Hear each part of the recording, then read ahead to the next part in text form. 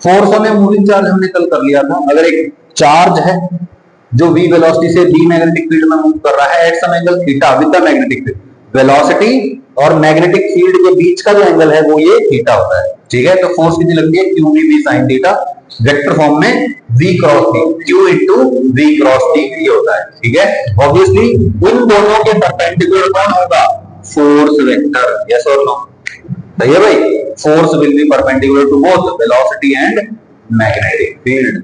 सही है, बोलिए भाई कोई दिक्कत?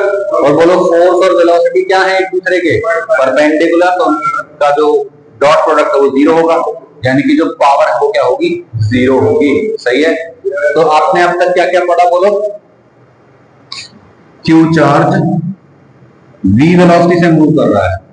सही है, तो बोलो मैं कह सकता हूं पॉजिटिव चार्ज इस डायरेक्शन में जा रहा है, मतलब करंट इस डायरेक्शन में जा रहा है, तो इसको करंट एलिमेंट मान लो और ऐसे करके मैग्नेटिक फील्ड निकाल सकते हैं आप। यस और ठीक है, ओके। और दूसरा क्या था, अगर आपके पास कुछ b मैग्नेटिक फील्ड है और उसमें एक q चार्ज v वेलोसिटी से मूव कर रहा है at some angle theta with the magnetic field, तो बोलो फोर्स क्या लगेगा, q v क्रॉस v या फिर q v b sin theta.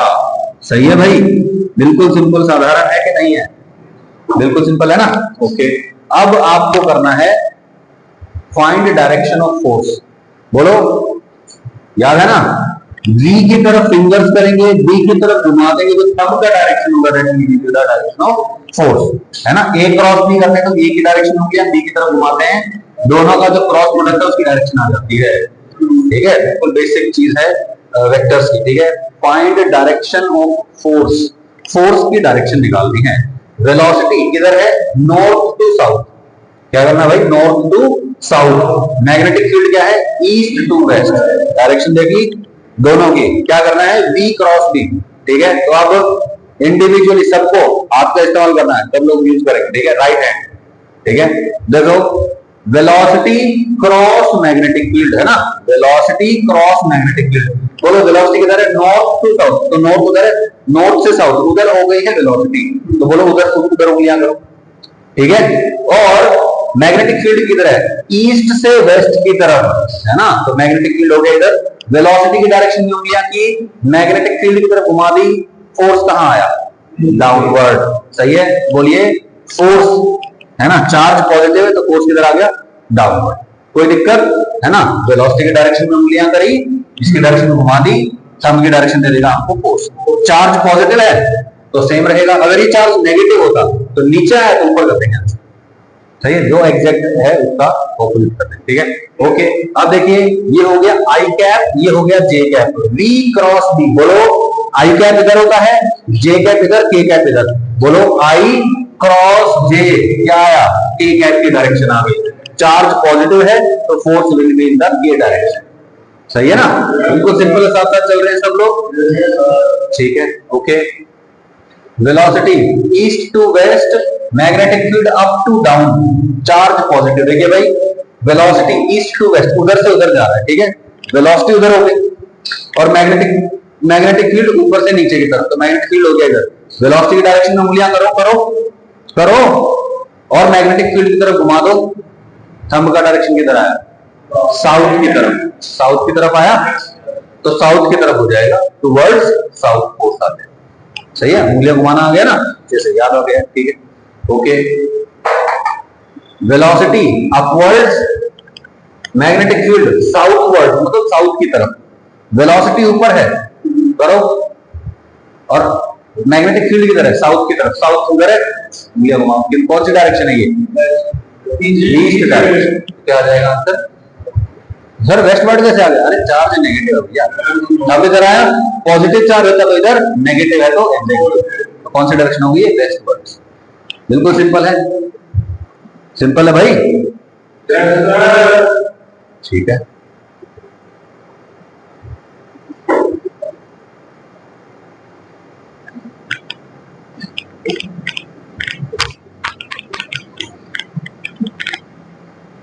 अब मुझे थोड़ी सी बेसिक चीज याद दिलाओ, मुझे एक बात बताओ, एक ऑब्जेक्ट ना उधर जा रहा है, ठीक है, उस पर मैं धक्का मारने लग जाऊं इसी डायरेक्शन में, ऐसे धक्का मारूं, तो उसकी स्पीड बढ़ेगी या घटेगी?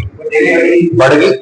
ठीक है, इमेजिन करो ऑब्जेक्ट जा रहा है इधर और मैं धक्का मार रहा हूं इधर, तो उसकी स्पीड क्या हो जाएगी? सही है, यानी कि अगर वेलोसिटी की डायरेक्शन में फोर्स लगा दिया तो स्पीड बढ़ जाएगी, वेलोसिटी से ऑपोजिट लगा दिया तो घट जाएगी।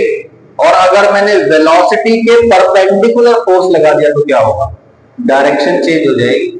सही है, इमेजिन करो आप इधर से इधर भागते हुए जा रहे हो, ठीक है, आप इधर से भागते आ रहे हो, उधर जा रहे हो, और आपके ना एक रस्सी बंधी हुई है गले में या पेट पे, ठीक है, और मैं उधर खड़ा होकर उसको ऐसे खींच लेता हूं, क्या होगा भाई? आप इधर की तरफ पीछे चले आओगे। पहले आप ईस्ट डायरेक्शन में जा रहे थे, अब आप किसी और डायरेक्शन में जाने लग गए, यानी कि जो परपेंडिकुलर फोर्स है वो क्या करती है? डायरेक्शन चेंज करती है।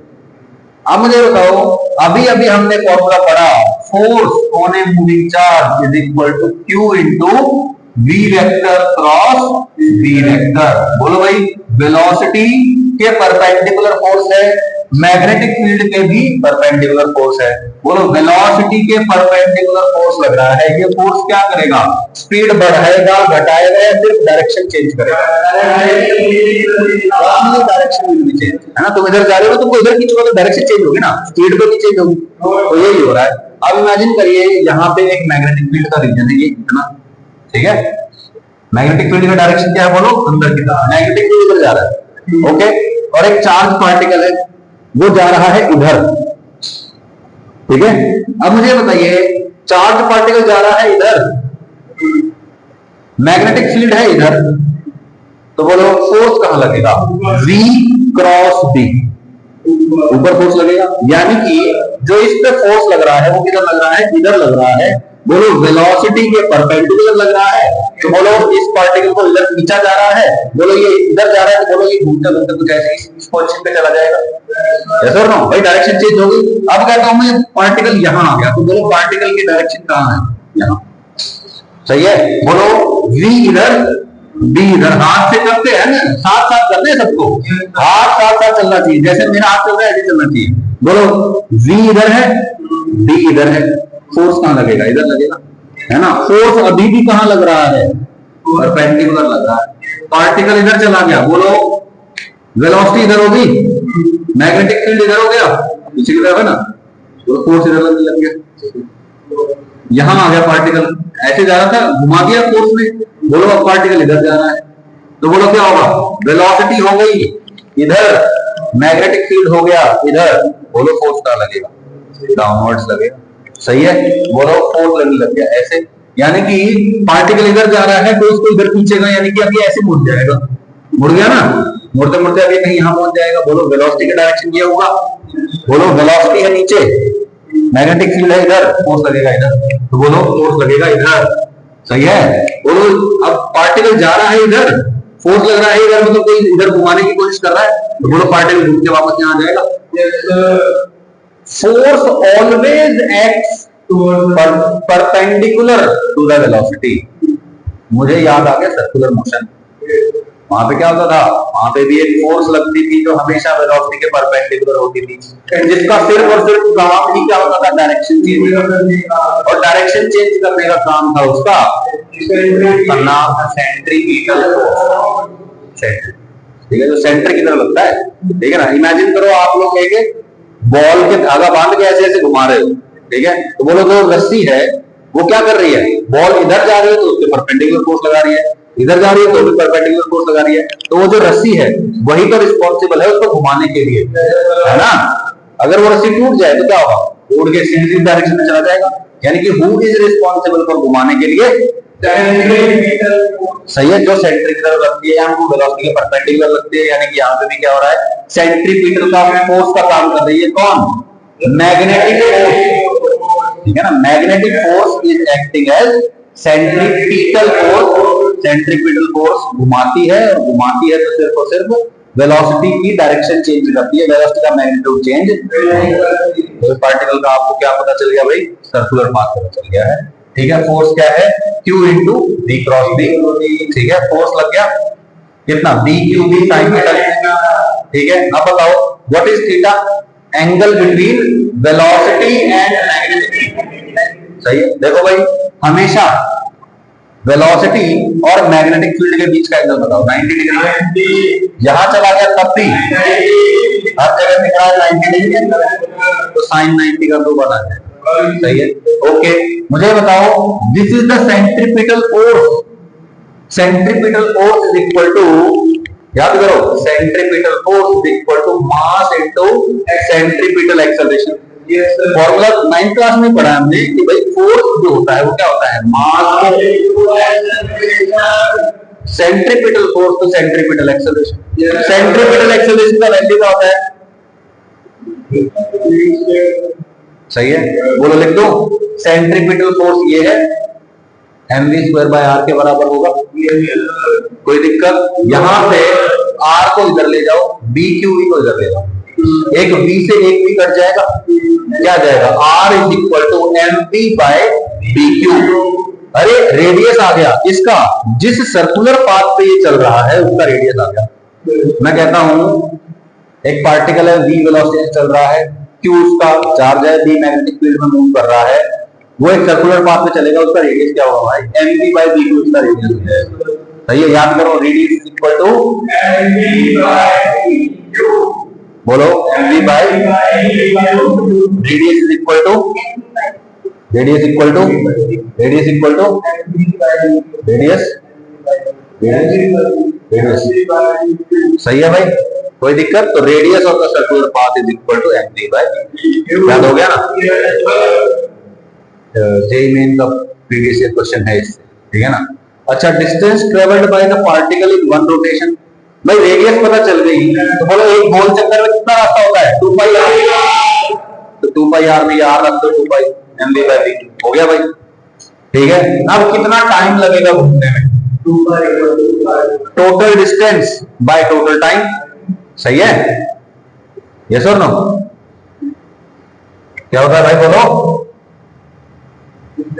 Sorry, speed is equal to distance by time, time is equal to distance by speed. Distance हो गया कितना? 2πr, स्पीड हो गई v, तो बोलो 2πr। सही है, r का वैल्यू बोलना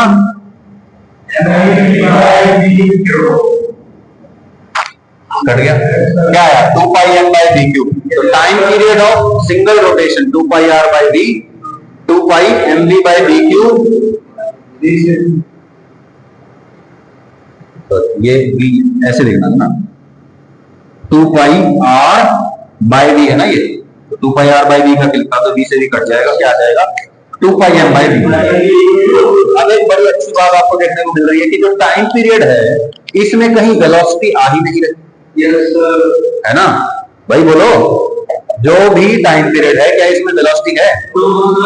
मतलब पार्टिकल की वेलोसिटी कितनी भी हो, उसका टाइम पीरियड सेम ही रहेगा भाई। वो धीरे चलेगा तो भी 1 सेकंड में चक्कर काटता है, तेज चलेगा तो भी 1 ही सेकंड में चक्कर काटेगा, और ज्यादा तेज चलेगा तो भी 1 ही सेकंड में चक्कर काटेगा, बस रेडियस बढ़ती चली जाएगी। सर नो, तो रेडियस बड़ा होने का और क्या कहते हैं, स्पीड का जो रेशियो रहता है वो क्या रहता है? सेम ही रहता है। इसलिए उसका जो ओवरऑल टाइम पीरियड है वो क्या रहेगा? ठीक है, टाइम पीरियड हर एक के लिए सेम, हर एक के लिए। मतलब अगर सेम चार्ज सेम मास का सेम मैग्नेटिक फील्ड में डाल दिया जाए, तो चाहे उसकी वेलोसिटी v हो, v1 हो, v0 हो, कुछ भी हो, हमेशा उसका टाइम पीरियड क्या आएगा? 2πm/v, सेम टाइम पीरियड रहता है। याद रहेगी बात? देखो, रेडियस किस पे डिपेंड कर रही है? वेलोसिटी पे डिपेंड कर रही है ना, लेकिन टाइम पीरियड वेलोसिटी पे डिपेंड नहीं। कोई दिक्कत नहीं?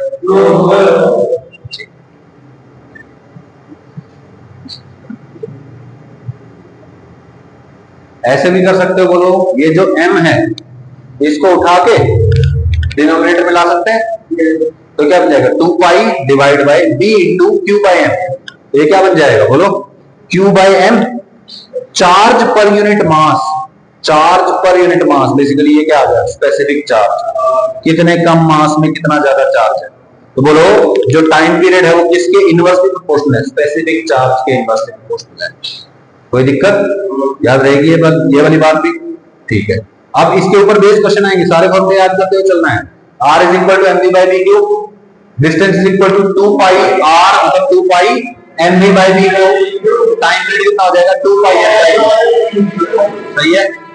अब अगर आपको पार्टिकल का मास दे दे, मैग्नेटिक फील्ड दे दे, चार्ज दे दे, तो आप टाइम पीरियड का रेशियो निकाल सकते हो, आप रेडियस का रेशियो निकाल सकते हो, आप डिस्टेंस यानी कि पूरी के पूरी लेंथ का रेशियो भी निकाल सकते हो। यस और नो? तो यहां से हमने 3 चीजें सीख ली। ठीक है, ये जो अभी स्टार्ट हुआ है सोलेनॉइड के टॉपिक के बाद, क्या भाई कि एक मूविंग चार्ज का खुद का मैग्नेटिक फील्ड होता है, और मूविंग चार्ज मैग्नेटिक फील्ड में रखता है तो उस पर फोर्स लगेगा, और वो जब मूव करेगा तो वो कैसे पाथ में मूव करेगा, सर्कुलर पाथ में मूव करेगा। उसकी रेडियस कितनी होगी, M we by we Q. उसका टाइम पीरियड क्या होगा, 2 pi M by we Q. Total distance in one rotation 2 pi M we by V. कोई दिक्कत भाई? सिंपल है, ये 3 फॉर्मूले याद हो गया ना? ठीक है। ओमेगा क्या होता है, ओमेगा क्या होता है भाई, एंगुलर वेलोसिटी। याद है ना? ओमेगा का फॉर्मूला पढ़ा था आपने, क्या होता था, 2 पाई एफ या 2 पाई बाई टी। याद है ना? ठीक है, बस टाइम पीरियड निकाल लिया, उठा के यहां पुट कर दो। बोलो 2 pi M by D Q, D Q ऊपर चला जाएगा, 2 पाई से 2 पाई कटेगा, डी क्यू बाई एम आ गया। बोलो भाई, ओमेगा का वैल्यू नहीं आया क्या? आ गया ना? कितना आया बोलो, डी क्यू बाई एम। ठीक है। एरिया ऑफ सर्कुलर पाथ कितना आएगा, कितने एरिया उसने कवर किया है, पाई आर स्क्वायर, है ना? Area of circular path pi into r square. R क्या होता है, उसका स्क्वायर होता है। मुश्किल है क्या? रेडियस पता चल गई तो सारी चीजें आप अपने आप निकाल सकते हैं, बस रेडियस याद रखनी है। अगर भूल भी गए तो अपने आप बाकी चीजें निकाल सकते हो, है ना? Distance 2 pi r, time period distance by time 2 pi r by v, यानी कि 2 pi M by we q आ जाएगा। ओमेगा आ गया 2 pi by t, v q by M आ जाएगा, और एरिया कितना आ जाएगा, पाई आर स्क्वायर यानी कि pi into m square v square by d square q square. समझ नहीं आया? सही है। Radius of the circular path is inversely proportional to specific charge. देखो भाई क्या आएगा, radius is equal to m v by d q. बोलो इस एम को उठा के यहां ले जाओ, बोलो radius is inversely proportional to specific charge. कोई दिक्कत भाई? Time period of rotation is independent of velocity of charge. ये लिख लिया हमने, पता पढ़ लिया था। 2 pi M by we q, उसमें वेलोसिटी है ही नहीं, यानी कि टाइम पीरियड वेलोसिटी पे डिपेंड नहीं करता। काइनेटिक एनर्जी क्या होती है, हाफ एम वी स्क्वायर लिख सकते हैं, है ना? या फिर क्या लिख सकते हैं, P square by 2m। Kinetic energy के 2 फॉर्मूले होते हैं, क्या क्या होता है भाई, बोलो, half m v square equal to p square by 2m। ये कैसे आया सर? देखो ये क्या है, मोमेंटम का स्क्वायर बाय 2m। देखो इस फॉर्मूले को ही ऐसा बना सकते हैं, क्या करेंगे, m से ऊपर नीचे मल्टीप्लाई कर दिया, ये क्या बन गया, मोमेंटम का square divide by 2m, momentum का स्क्वायर बाय 2m। सही है। तो काइनेटिक एनर्जी क्या होती है भाई, पी स्क्वायर बाय 2m। सही है। तो बोलो kinetic energy is directly proportional to, बोलो मोमेंटम मतलब mv का स्क्वायर मतलब m स्क्वायर v स्क्वायर। अब m स्क्वायर v स्क्वायर कहां आ रहा था, एरिया में आ रहा था। सही है। तो बोलो it is directly proportional to area. जितना ज्यादा काइनेटिक एनर्जी उतना ज्यादा एरिया, जितना ज्यादा एरिया उतनी ज्यादा काइनेटिक एनर्जी। सही है। और ये दोनों किसके प्रोपोर्शनल है, मोमेंटम के स्क्वायर के। सही है ना? तो साथ साथ याद करते हुए चलना है। For negative charge direction of force will B opposite. Negative charge के लिए direction of force will B opposite. सही है। मतलब हमने जो कैलकुलेट किया था राइट हैंड से, उसके ऑपोजिट अगर डायरेक्शन आ रही है तो नेगेटिव चार्ज हुआ होगा जरूर। सही है। कोई दिक्कत भाई? यहां देखिए, आपको बताना है कि भाई 1, 2 और 3, ठीक है, मैग्नेटिक फील्ड ऐसे बाहर आ रहा है, ठीक है, पार्टिकल ऐसे रास्ते पे चल रहा है, एक पार्टिकल ऐसे रास्ते पे चल रहा है, एक पार्टिकल ऐसे रास्ते पे चल रहा है। आपको बताना है इनमें से कौन सा पॉजिटिव है कौन सा नेगेटिव। सोचिए भाई, देखो सबसे पहले क्या करना है, वेलोसिटी की डायरेक्शन में उंगलियां करनी है। करो। पार्टिकल ऐसे जा रहा है तो एट सम पॉइंट वो यहां होगा, वो इधर जा रहा होगा। बोलो वेलोसिटी की डायरेक्शन में उंगलियां करो। मैग्नेटिक फील्ड बाहर है तो फोर्स इधर लगना चाहिए, है ना? अगर इस पार्टिकल जो इधर जा रहा है उसको इधर खींच लिया जाए तो बोलो वो ऐसे घूमेगा या ऐसे घूमेगा, नीचे वाले रास्ते पे जाएगा, हमारे कैलकुलेशन से ऑपोजिट डायरेक्शन में मूव कर रहा है, मतलब ये कैसा है? तो first is negative, Q1 is a negative. सही है भाई। अब देखो ये पार्टिकल है, ये यहां जा रहा है, क्या जा रहा है? ठीक है, बोलो वेलोसिटी की डायरेक्शन में उंगलियां करो, मैग्नेटिक फील्ड की तरफ घुमाइए, है ना? फोर्स इधर लग रहा है, मतलब कोई फोर्स इसको ऐसे खींच रहा है, इधर जा रहा है और इधर खींच रहा है, तो इधर ही घुमाएगा ना, इधर ही घूम रहा है, मतलब ये कैसा है? तो this is positive, Q2 is positive. सही है, ओके। अब देखिए इसके लिए ये पार्टिकल कहां जा रहा है? इधर जा रहा है, तो बोलिए इधर जा रहा है, ऐसे लगेगा, फोर्स विल बी डाउन। ठीक है, ऐसे भी कर सकते हैं, डाउनवर्ड फोर्स लगेगा, डाउनवर्ड फोर्स है, बोलो फोर्स लग रहा है नीचे, मतलब कोई ऐसे खींच रहा है, उधर जा रहा है और इधर खींच रहा है, तो बोलो इस डायरेक्शन में मूव करेगा, जिधर ही मूव कर रहा है, यानी कि ये भी क्या है? सही है, पता चल जाएगा ना कैसे पॉजिटिव है और कैसे निकालना। बोलिए भाई, कोई भी मुश्किल परेशानी दिक्कत?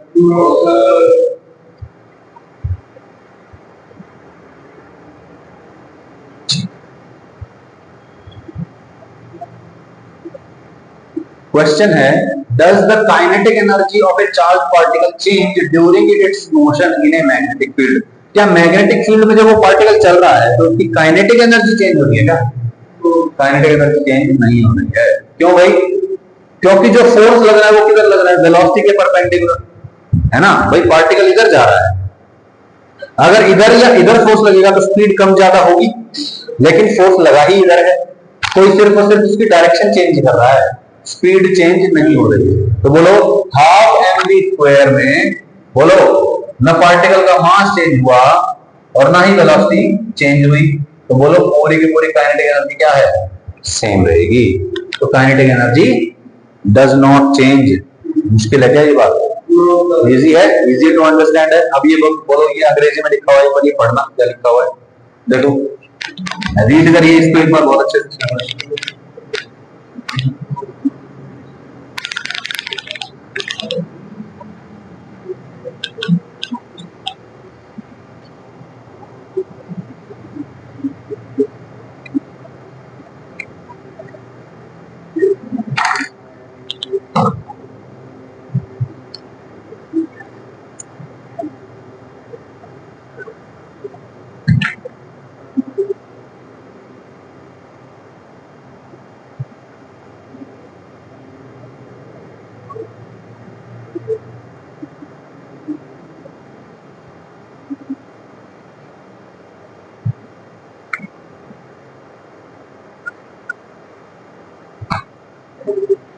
पढ़ लिया?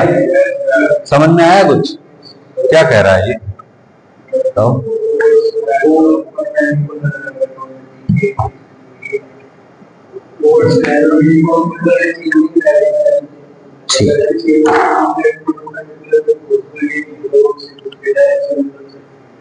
यस, समझ में नहीं आया?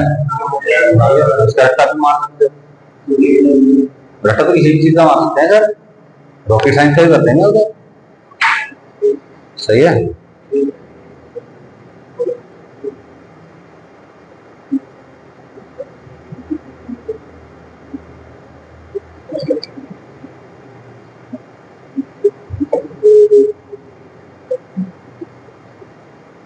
all right, the force on a charged particle always acts perpendicular to its velocity। Force velocity के हमेशा परपेंडिकुलर है, मतलब वो सिर्फ और सिर्फ क्या कर सकता है? This force can only responsible for changing its direction while it is in function, therefore kinetic energy is constant।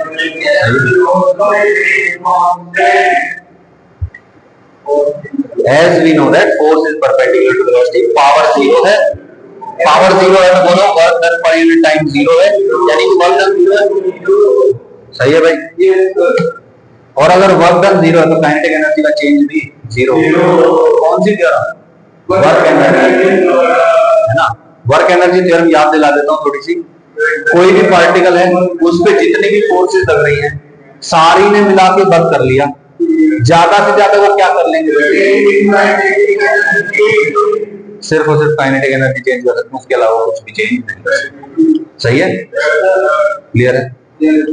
Work done zero है, according to work energy theorem, work done by all forces change in kinetic energy होता है, तो kinetic energy का change 0 हो जाएगा, final kinetic energy is equal to initial kinetic. कोई दिक्कत? अब पार्टिकल्स की कुछ पहचान कर लें, पार्टिकल्स की पहचान कर लेते हैं, है ना। पार्टिकल्स का ही तो क्वेश्चन आएगा जेईई मेन में, नीट में, जेईई एडवांस में। तो सबसे पहले अल्फा पार्टिकल क्या होता है, आपने सुना होगा, है ना। वो रदरफोर्ड एक्सपेरिमेंट, गोल्ड फॉयल था, गोल्ड फॉयल था, उस पे क्या किया जा रहा था, अल्फा पार्टिकल्स को फेंक के मार रहे थे, है ना, और बहुत 99% उसके आर पार निकल गए, है ना, किया था ना, ठीक है वही बात। तो वो अल्फा पार्टिकल होता क्या है, अल्फा पार्टिकल तो लिया, अल्फा पार्टिकल हीलियम का एटम देखा है आप लोगों ने, उसके पास कितने इलेक्ट्रॉन होते हैं नेचुरली, 2, दोनों इलेक्ट्रॉन छीन लो, क्या बचेगा, सिर्फ न्यूक्लियस बचेगा, है ना। वो जो न्यूक्लियस है ना, उसी को क्या बोलते हैं, अल्फा पार्टिकल। समझ में आया? हाइड्रोजन होता है, हाइड्रोजन के पास एक प्रोटॉन एक इलेक्ट्रॉन होता है, उसका एक इलेक्ट्रॉन छीन लो, क्या बचेगा, छोटा सा चार्ज बचेगा, बस एक प्रोटॉन बचेगा, है ना, दैट इज H पॉजिटिव। आप लोगों ने देखा होगा केमिस्ट्री में H पॉजिटिव जो होता है वो जाके कहीं पे भी अटैक कर लेता है ना। SN2 रिएक्शन शायद या रिएक्शन मैकेनिज्म में पढ़ा होगा, जहां तक मुझे याद है, ठीक है। तो वो जो रिएक्शन हो रहा है उसमें H पॉजिटिव कहीं पे भी जाके अटैक कर रहा है, कैसे कर पा रहा है वो, क्योंकि it is a very small charge, it is a very small particle, और वो कहीं पे भी घुस जाता है, लगभग कहीं पे भी घुस जाता है, सही है। बल्क ऑफ मॉलिक्यूल्स है, उनमें लगभग हर एक के साथ रिएक्ट कर सकता है, क्योंकि that can almost reach every, क्या बोलते हैं उसको, एवरी मॉलिक्यूल फॉर रिएक्शन, ठीक है। हाँ, ऑब्वियसली मॉलिक्यूल के अंदर वो सबसे ज्यादा अटैक करने के चांस कहां रहेंगे, जो सबसे एक्सपोज्ड बॉन्ड होगा। बॉन्ड बेसिकली क्या हो रहा है, इलेक्ट्रॉन्स का ही तो शेयरिंग हो रहा है ना, मतलब उस जहां पे बॉन्ड की शेयरिंग हो रही है, बॉन्ड हो रहा है, कोवलेंट बॉन्ड है, वहां पे क्या हो रहा है, इलेक्ट्रॉन शेयर हो रहे हैं, यहाँ पे इस एरिया में भाई 2 इलेक्ट्रॉन इसने दे दिए, 2 इसने दे दिए, डबल बॉन्ड बन गया, मतलब इस एरिया में बहुत सारे इलेक्ट्रॉन्स प्रेजेंट है। H पॉजिटिव क्या है, पॉजिटिव चार्ज है, इलेक्ट्रॉन का भूखा है, वो जाके वहां अटैक कर देता है, समझ में आया ना, और बॉन्ड को ब्रेक कर देता है। लेकिन अगर उसको कोई स्टीयरिक हिंड्रेंस मिलती है, कोई बहुत आड़ा टेढ़ा मॉलिक्यूल CH3 कहीं वहां लगा हुआ है, एक CH3 की ब्रांच वहां, एक CH2 CH5 की CH3 की वहां ब्रांच है ना, तो वो अटैक कहां करेगा, जहां पे सबसे कम हिंड्रेंस होगी, जहां पे अटैक करना सबसे आसान। याद आ गया, कुछ याद आ रहा है अभी, ओके। वैसे भी आज मेरे ख्याल जियो से शुरू हो रही है, आज हो गया ना 11 में, कल हो गई थी, तो आज से अटेंड करेंगे कुछ लोग। Alpha particle is a helium atom with no electrons, helium के पास 2 होने चाहिए, दोनों छीन लो, क्या बचेगा, अल्फा पार्टिकल बोल देंगे उसको, डबली आयनाइज्ड हीलियम एटम, फिर से बोलो, डबली आयनाइज्ड हीलियम एटम, ठीक है। 2 बार आयनाइज किया हुआ, मतलब 2 बार इलेक्ट्रॉन छीन लिया, 2 इलेक्ट्रॉन थे, एक बार एक छीन लिया, फिर दूसरा छीन लिया, क्या बनेगा, डबली आयनाइज्ड, डबली पॉजिटिव को बोल देते हैं, हीलियम एटम को ही अल्फा पार्टिकल, ठीक है। जैसे हीलियम आराम से ऐसे He लिखा हुआ है, मतलब हीलियम है, इसके पास 2 प्रोटॉन है, 2 इलेक्ट्रॉन है और 2 न्यूट्रॉन है, मास इनमें होता है मेन, तो बोलो इन दोनों को मिला के टोटल मास कितना हो जाएगा, 4, ठीक है। और चार्ज कितना होता है इसके ऊपर, नेट चार्ज अभी 0 है, तो अब इसके पास 2 इलेक्ट्रॉन है, आउटर शेल, पहली शेल में 2 इलेक्ट्रॉन हो सकते हैं, दोनों को छीन लो, एक छीन लिया तो क्या बनेगा, He पॉजिटिव, एक और को छीन लिया तो क्या बनेगा, He2 पॉजिटिव। ये जो He2 पॉजिटिव है, it is the nucleus only and it is the alpha particle, सही है। Its mass number is 4, 2 proton 2 neutron, charge on it is +2e, सही है, okay. What is beta particle, beta particle क्या होता है, it is a subatomic particle which has a charge equal to that of an electron. तो जहां electron बोलते हैं ना, बिल्कुल वैसे ही क्या होता है बीटा पार्टिकल, जैसे क्या होता है इलेक्ट्रॉन, ऐसे क्या बोल देते हैं बीटा पार्टिकल, समझ में नहीं आया, सही है। A proton has +e charge and neutron has no charge, सही है भाई, याद हो गया क्या क्या भाई। अल्फा पार्टिकल क्या है basically, helium 2 positive, beta particle क्या है बेसिकली, एक इलेक्ट्रॉन ही कह सकते हैं आप, इलेक्ट्रॉन के बराबर चार्ज होता है, ठीक है। और प्रोटॉन क्या होता है, प्रोटॉन, इसके ऊपर क्या होगा, प्लस ई चार्ज होगा, ठीक है। और क्या है, और भी क्या, न्यूट्रॉन, इसके ऊपर नो चार्ज, कोई चार्ज नहीं। अब इमेजिन करिए एक मैग्नेटिक फील्ड में आपको कह दिया कि 4 पार्टिकल्स को ऐसे फेंक दिया, ऐसे करके फेंक दिया 4 पार्टिकल, यहाँ इस एरिया में ना मैग्नेटिक फील्ड है, मैंने यहाँ पे आके ऐसे करके मैग्नेटिक फील्ड में 4 पार्टिकल्स को फेंक दिया, एक पार्टिकल सीधा सीधा चला गया, कौन है वो, न्यूट्रॉन, क्योंकि उस पर चार्ज नहीं है, और जिस पे चार्ज नहीं है मैग्नेटिक फील्ड में उसको फोर्स लगेगा ही, सही है। तो जो सीधा सीधा चला गया बिना फोर्स लगे, उस पर फोर्स लग जाता तो डिफ्लेक्ट हो जाता। अच्छा, अब आप ये भी आइडेंटिफाई कर सकते हो कि इनमें से इलेक्ट्रॉन कौन सा है, क्योंकि इन चारों में से सिर्फ इलेक्ट्रॉन के ऊपर नेगेटिव चार्ज है। आपने फोर्स निकाली, जो डेजिग्नेटेड फोर्स से ऑपोजिट डायरेक्शन में डिफ्लेक्ट हो गया वही नेगेटिव चार्ज वाला है। फिर बच गए अपने पास हीलियम 2 पॉजिटिव और प्रोटॉन, है ना। अब बताओ इन दोनों में डिफ्लेक्शन सेम डायरेक्शन में होगा क्योंकि चार्ज सेम है, सही है। अब आपको बताना है कि भाई रेडियस किसकी ज्यादा होगी, दो सबको सेम वेलोसिटी से फेंका था, तो बोलो इसका वेलोसिटी इसका वेलोसिटी सेम, बोलो रेडियस कैसे निकालते हैं, m v by b q, सही है। तो मैं कहता हूं रेडियस ऑफ प्रोटॉन आरपी बोल देते हैं, mass of proton mp vp b qp, सही है। अच्छा, ऐसे radius of helium 2 positive r alpha बोल दो, आर अल्फा क्या आएगा, mass of alpha velocity of alpha b into charge on alpha, ratio ले लो, बोलो क्या कटेगा, बी से बी कट जाएगा, वैल्यू रखो मास ऑफ प्रोटॉन एमपी बोल देते हैं इसको फिलहाल के लिए, मास of proton MP, velocity of proton और वेलोसिटी ऑफ अल्फा सेम है, सेम वेलोसिटी से फेंका था, सही है। चार्ज ऑन प्रोटॉन कितना होता है, ई, है ना, और चार्ज ऑन अल्फा कितना होता है, 2e, मास ऑफ अल्फा क्या होता है, प्रोटॉन का 4 गुना, तो 4 एमपी हो जाएगा, आ गया कितना, 2, तो 1/2 अंतर आ गया। यानी कि रेडियस ऑफ प्रोटॉन और रेडियस ऑफ अल्फा में क्या रेशियो है, 1/2 का रेशियो है, मतलब प्रोटॉन की रेडियस कम होगी, अल्फा की रेडियस ज्यादा होगी, सही है। अब इसी के आधार पर अगला क्वेश्चन है भैया, कह रहा है 4 पार्टिकल्स हैं, नाम है एबीसीडी, सही है, उनको एक मैग्नेटिक फील्ड में प्रोजेक्ट कर दिया सेम वेलोसिटी से, ठीक है, ऐसे चला गया, एक ऐसे चला गया, एक ऐसे चला गया, एक ऐसे चला गया, बोलेगा ए बी सी डी को आइडेंटिफाई। मैं कहता हूं भैया जो सीधा सीधा चला गया वो बिना चार्ज का है, चार्ज वाला होता तो फोर्स लगता ना, भाई charge particle moving in magnetic field अगर है तो फोर्स लगेगा, लेकिन इस पे तो फोर्स नहीं लगा, मतलब इस पे चार्ज नहीं है, तो ये न्यूट्रॉन हो गया, पता चल गई एक बात, ओके। वेलोसिटी है इधर, मैग्नेटिक फील्ड है इधर, फोर्स लगना चाहिए इधर, पॉजिटिव चार्ज है तो इधर फोर्स लगेगा, मतलब पार्टिकल इधर घूमेगा, लेकिन ये इधर घूम गया, तो ये कौन है, नेगेटिव चार्ज वाला, सही है। तो नेगेटिव चार्ज वाला या तो इलेक्ट्रॉन होगा या बीटा पार्टिकल होगा, तो जो भी है वो लिख देंगे, सही है, ओके। फिर आ गया सी और डी, बोलो इसका रेडियस ज्यादा है और इसका रेडियस कम है, तो बोलो जिसका रेडियस कम होता है वो कौन होता है, प्रोटॉन, और जिसका रेडियस ज्यादा होता है वो कौन है, अल्फा, सही है। तो ए हो गया बीटा पार्टिकल नेगेटिव चार्ज वाला, बी बिना डिफ्लेक्शन के चला गया था, ये न्यूट्रल हो गया, सी अल्फा पार्टिकल बड़ी रेडियस वाला है ना, और छोटी रेडियस वाला प्रोटॉन, चारों का आइडेंटिफिकेशन हो गया। आप पूछ लगा इनकी रेडियस का रेशियो बताओ, ये बताओ वो बताओ, ऐसे निकालना है रेडियस, रेडियस का m b by b q, proton है तो mass of proton, velocity of proton, charge on proton, alpha की निकालनी है तो mass of alpha, velocity of alpha, magnetic field, charge on alpha, सारी वैल्यू पुट करो, ratio ले लो, आंसर समझ नहीं आया, ठीक है। इसके साथ हम कल कंटिन्यू करेंगे, thank you for your time, है ना, टाइम हो गया है लगभग।